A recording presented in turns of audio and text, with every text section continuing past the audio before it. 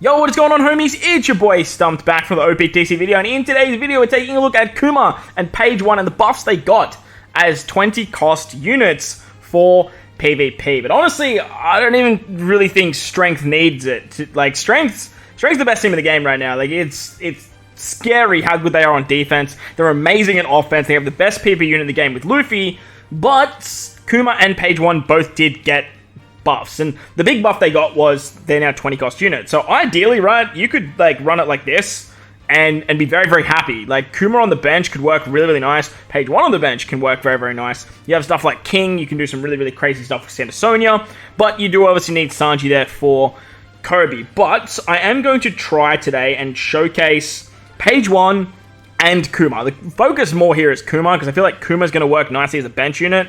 Page-ONE is an option, but look, I don't really know how that option's going to work. But the upside that KUMA got too is not only did he get a buff to his cost, but his cooldown reduction went to 28 seconds. This is actually a pretty big buff because it's a 4-second reduction. And then when you have stuff like CD reducers like Krooby and all those types of characters, you can do some really, really fun stuff there. Also, Page-ONE got a bit of a buff as well. He does a lot more damage now. I believe he does 3,500 damage instead of 3,000 damage instead of 2,500, and then I believe the 1,500 went up from 1,000. I can't exactly remember, but look, he's going to be more of a bench option for fighter teams, powerhouse teams. We're going to try him over here on strength team, but today we're really going to be focusing on KUMA. Another upside to the characters are they got a 30% extra damage buff when you are versing decks. So we're going to start off with the Pell fight, take on some of the challenges, and see how the side grade strength team rocks in Rumble.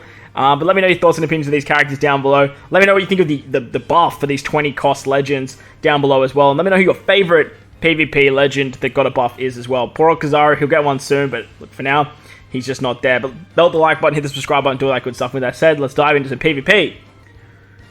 Alright, so we're going to go up against Pell first. As mentioned, KUMA and Page-ONE both have 30% more damage to Dex units. It's a buff that all of these PvP legends got as part of their resistance passive.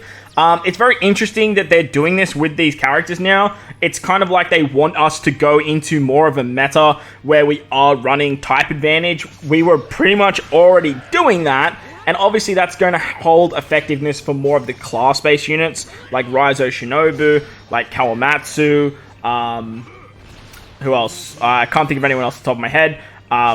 But when you are taking on the opposition, even like characters like Smoothie, I believe, would probably get a pretty big buff from this. But the 30% extra is really nice. The biggest buffs, I believe, are for Apu and Rogue, who just target Psy units. They probably got the biggest buff of them all for that 30%. But hey, we're going to take Page-ONE. We're going to take KUMA into some fights where we do target decks early. And then I'm going to drop them off into the bench and sort of see how the strength team rocks with them as bench options. Now, Pell has always been a very nasty fight. It's nowhere near as nasty as it once was, but nowadays it can still hold a candle with how bulky it actually is. Ironically, we've just had Luffy go and no one else went. KUMA now has his special, which is great because we're going to hit 2 units through defense. KUMA can still do a lot of damage, like a lot of damage. And with the haste ability that Krooby can provide, very similar to what Luffy's doing with hitting like 6 times through defense, KUMA's basically just going to kill 2 units, just the way it is. It works really, really nicely. But Page-ONE does fixed damage now, which is good. And then obviously that 30% is really, really nice as well. He didn't do that 1,500. I don't know what the requirements are for that. But look, I just think the unit's bad. But at the end of the day, like, we had to give him something, I guess. I tried him on the fighter team as well, but he just ain't there, man. He just ain't there. KUMA, though, KUMA's okay. That 28-second cooldown that he gets is actually really big for the character. Who's going to take this, by the way? Jack is good. Jack can tank that fairly nicely. Pell always was a nuisance with that. Okay, this is going to hurt, though. Oh, okay. Yeah, Page-ONE dying, whatever. Like, it just shows how bad he is.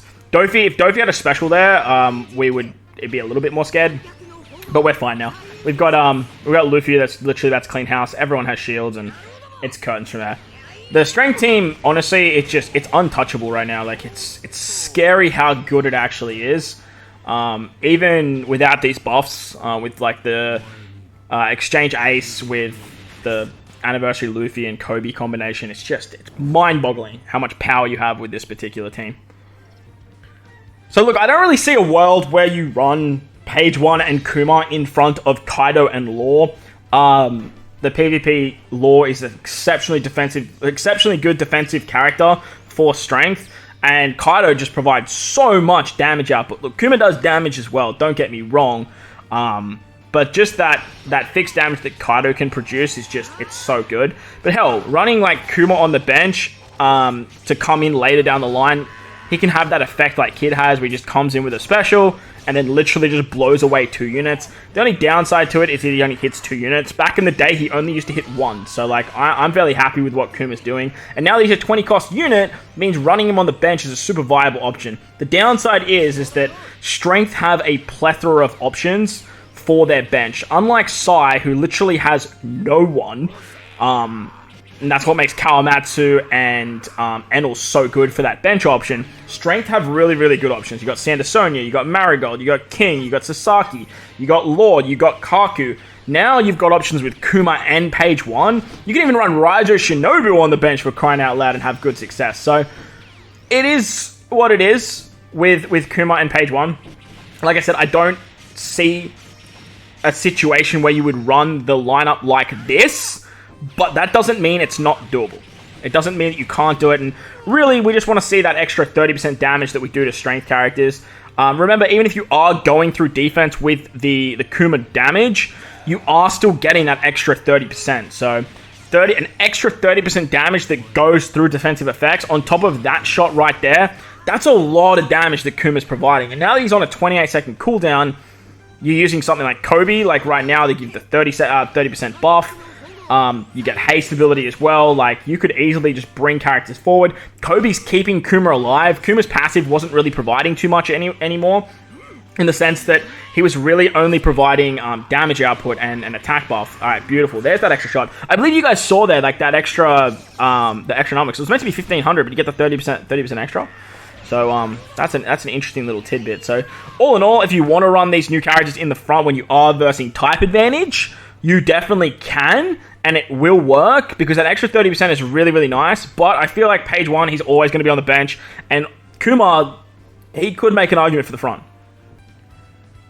Making an argument for the front and actually being in the front are two very different things. So we're going to take on a quick fight now, and again, there's 6+ Kaido. Like, you have Roger and Odin and the Quick Slasher team, and you can do some very strong stuff with the Quick Driven build with the Kaido in the front, and obviously with Sugar slowing us down to the absolute wazoo.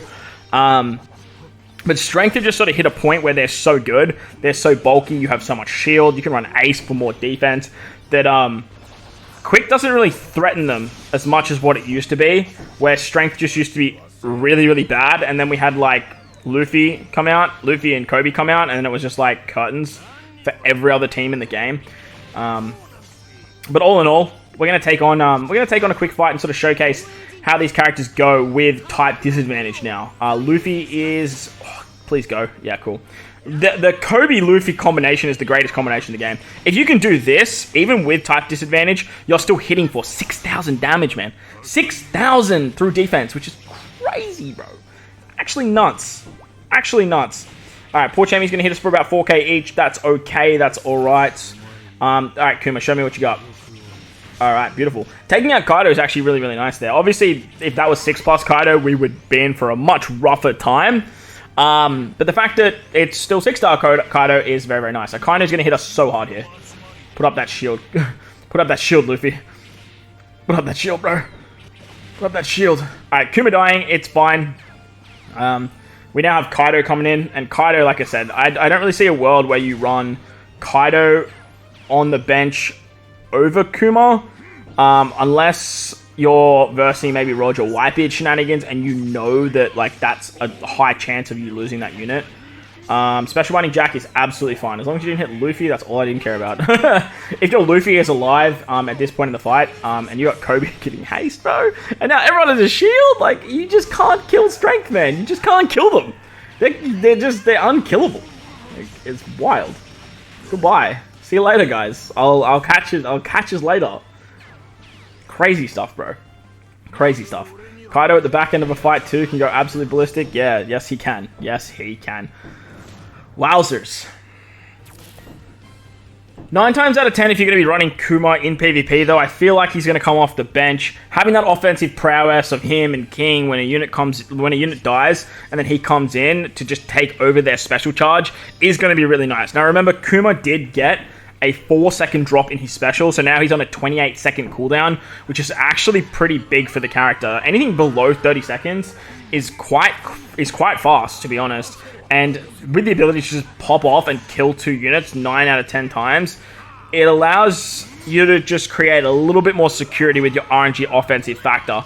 However, if you do lose your defensive prowess in the front from something like Roger and Whitebeard, from something like Rise of Shinobu action binding you into the ground, it can be a little bit scary. Like, it can actually be a lot of bit scary. But if you lose something like, say, Kobe, if you lose something like Kaido, and then Kuma comes in with that special ready to go, and hits 2 units, you can sort of bet that most of the time he is actually going to take out 2 characters, which can be really, really nice. As long as you have Luffy alive, though, and he's like the prowess of the strength team, as long as you have Luffy alive to do stuff like that, strength is never really going to struggle. And something like Kuma isn't really needed for the strength team. I feel like there's better options. You kind of want a bit more bulk with something like Ace, or you could even drop Kaido to the bench and then bring or drop Kaido completely and then bring Ace and then use Kuma on the bench. Do something like that.